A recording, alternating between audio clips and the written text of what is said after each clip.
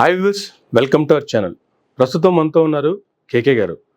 అసలు ఆయన లక్ష్యం ఏంటి, వాళ్ళ కంపెనీ యొక్క లక్ష్యం ఏంటి, రీసెంట్గా వాళ్ళు సర్వే చేసినటువంటి సర్వే యొక్క విశేషాలు ఏంటి, వాళ్ళకు ప్రెస్ మీట్ పెట్టడం కూడా జరిగింది. ఆ ప్రెస్ మీట్లో అనేక అంశాలు ప్రజలకి, రాష్ట్ర ప్రజలకి తెలియజేయడం కూడా జరిగింది. అయితే ఇంకా మరిన్ని విషయాలు వారిని అడిగి తెలుసుకునే ప్రయత్నంలో భాగంగా అడగగానే ఇంటర్వ్యూ టైం ఇచ్చినందుకు థ్యాంక్ యూ సార్.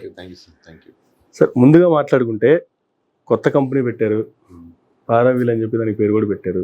ఏంటి కొత్త కంపెనీ ఏంటి, కొత్త కంపెనీ యొక్క లక్ష్యం ఏంటి అంటే ఏం చెప్తారు సార్? అంటే ఆబ్వియస్లీ పారావీల్ దీనికి అంటే పవర్డ్ బై అని కేకే సర్వీస్ అండ్ స్ట్రాటజీస్ ఏదైతే ఉందో సార్, అది మామూలు ఫస్ట్ నుంచి K K service and strategies private limited మీద రన్ అవుతుంది. ఓకే. పారావీల్ అనే ఈ కాన్సెప్ట్ వచ్చేసి ఓవరాల్గా ఇప్పటి వరకు ఉన్నటువంటి జనరిక్ ఏదైతే మెథడాలజీ జరుగుతుందో ఇండియా వైడ్గా, అంటే ఎమ్మెల్యే కానీ, ఎంపీ కానీ, లేకపోతే సీఎం గారు కానీ, అపోజిషన్ వాళ్ళు కానీ, నాట్ ఓన్లీ ఇక్కడ ఎన్ని స్టేట్లో మనం రిక్వెస్ట్ చేస్తే వాళ్ళకి అనుగుణంగా మనం ఒక సర్వే చేసి పెట్టేవాళ్ళం. ఓకే. డీటెయిల్స్ ఇలా కావాలి, ఈ బూత్లు ఎక్కువ కావాలి, ఈ క్యాస్ట్ పరంగా ఎక్కువ కావాలి, ఈ కమ్యూనిటీ కావాలి, లేకపోతే ఏ క్యాండిడేట్ అయితే బాగుంటుంది, ఏ క్యాండిడేట్ అయితే గెలిచే అవకాశాలు ఉంటుంది. సో ఇది మెథడాలజీ. ఓకే. బట్ ఆ మెథడాలజీలో అలాగే ఉండాలి, ఇంకేం ఫార్వర్డ్ కాలేమని చాలా నుంచి మేము మల్లగొల్లలో థింకింగ్ చేసుకుంటూ, రాదర్ దాన్ ఇప్పుడు మనకు మీకు ఫుడ్ ఆర్డర్ చేసుకోవాలంటే ఎన్నో యాప్స్ ఉన్నాయి, మన కార్ డెలివరీ అంటే ఎన్నో యాప్స్ ఉన్నాయి, ఇంట్లో కావాల్సిన వస్తువులన్నీ ఇంటికి సప్లై చేస్తున్నాయి.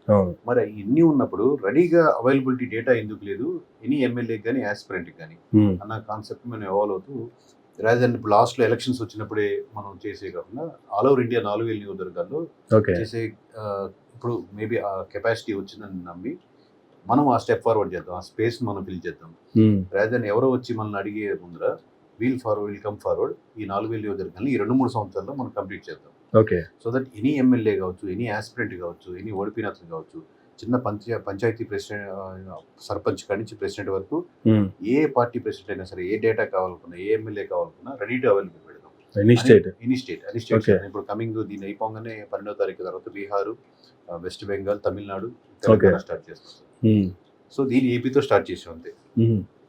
అంటే ఏ నియోజకవర్గంలో ఎవరు తెలుసుకోవాలంటే కూడా దాంట్లోకి వెళ్తే మళ్ళీ మీకు పే చేయాలా వాళ్ళు తెలుసుకోవాలంటే? పే చేయాలి. ఇప్పుడు ఫీల్డ్ 900 మంది, ఇక్కడ ఆఫీస్లో జనరల్ గా గతంలో మీరు ఎవరికైనా సర్వీస్ చేసి పెట్టాలంటే ఇంత ఛార్జ్ చేస్తారు జనరల్ గా. ఇప్పుడు డైరెక్ట్ గా మీరు డేటా ఇస్తున్నప్పుడు డేటా తెలుసుకోవాలంటే లోపలికి వెళ్ళాలంటే ఫస్ట్ లైక్ ఓటీటీ యాప్ లాగే మనకు కావాలంటే మనం పే చేసుకుని లోపలికి వెళ్ళిపోవాలంటే. ఓకే. అది కూడా నియోజకవర్గాల వారిగా వస్తుంది.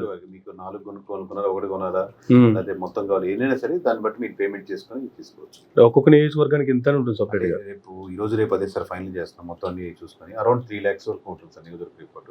ఓకే. దీంట్లో రిపోర్ట్ స్టడీ చేయడానికి, అంటే రిపోర్ట్ మీరు కొన్నారు, రిపోర్ట్ మీరు స్టడీ చేయడానికి మినిమం బాగా మీరు ఫాస్ట్ రీడర్, బాగా ఫాస్ట్ అనలిటికల్ ఐక్యూ ఎక్కువ ఉంటే హాఫ్ డే మినిమం పడుతుంది సార్ రిపోర్ట్ స్టడీ చేయడానికి. ఓకే. మినిమం మామూలుగా చదివితే మటుకు మినిమం 1 or 2 days ప్రతి సెక్షన్లోకి వెళ్ళి డీటెయిల్గా చూసుకోవాలంటే, ఎందుకంటే ఆ వెబ్సైట్ paravil.com అనే వెబ్సైట్ రేపు 12వ తారీఖు 11:27 ఓపెన్ చేద్దాం అనుకున్నాం. ఆ టైమే ప్రమాణ స్వీకారం జరిగిన టైం. ఓకే. సో ఆ టైంకి కరెక్ట్గా 1 year కంప్లీట్, పర్ఫెక్ట్ టైం కదా. సో ఆ టైంకి రిలీజ్ చేద్దామని. సో అది paravil.com ఆ రోజు మీరు ఓపెన్ చేసి రిపోర్ట్స్ పర్చేజ్ చేశాక ఇన్ డీటెయిల్గా ప్రతి సెక్షన్ స్టడీ చేయడానికి దాదాపు 100 పేజీల డాక్యుమెంట్ని మనం స్క్రేపింగ్ అంటాం, అంటే వచ్చిన డాక్యుమెంట్ని స్క్రేప్ చేసి వెబ్సైట్లో పొందుపరుస్తుంటే, ఆ పేజీల పరంగా చెప్పాలంటే 100 pages దాకా ఉంటుంది.